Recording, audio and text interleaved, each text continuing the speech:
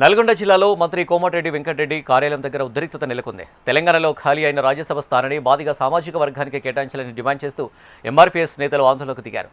Clock tower సెంటర్లోని మంత్రి camp కార్యాలయం ముట్టడికి యత్నించారు.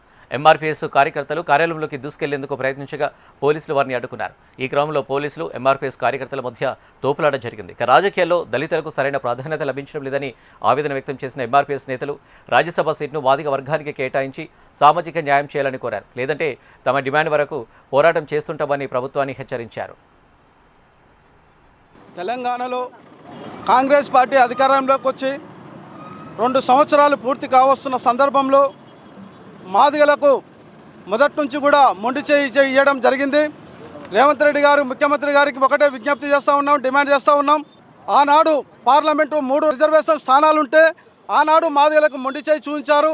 అప్పుడు కూడా ఏ ఒక్క మాదిగకు కూడా పార్లమెంట్లో స్థానం కల్పించలేదు. మళ్ళీ ప్రభుత్వం ఏర్పడిన తర్వాత 5 ఎమ్మెల్సీ స్థానాలుంటే 5 ఎమ్మెల్సీ స్థానాల్లో కూడా మాదిగలకు ఏ ఒక్కరు కూడా స్థానం కల్పించలేకపోయారు. అంటే దీన్ని బట్టి మాదిగల మీద రేవంత్ రెడ్డి గారికి ఎంతవరకు చిన్న చూపు ఉందో ఇక్కడ తెలుస్తుంది.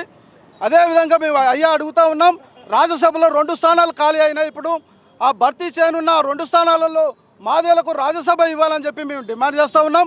ఎందుకంటే ఆల్రెడీ గతంలో 2 సార్లు మాదిగలకు మీరు స్థానం కల్పించలేకపోయారు.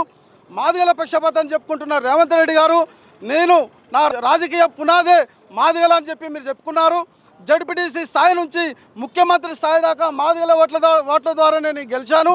మాదిగలే నాకు ఉపయోగపడ్డారు, మాదిగలే నన్ను ముందుండి నడిపించారని గొప్పలు చెప్పుకున్న రేవంత్ రెడ్డి గారు ఇప్పటికైనా మాదిగల మీద శుద్ధశుద్ధి ఉంటే ఈ రాజ్యసభలో మాదిగలకు స్థానం కల్పించాలని నేను రేవంత్ రెడ్డి గారిని విజ్ఞప్తి చేస్తూ ఉన్నాం, డిమాండ్ చేస్తాను.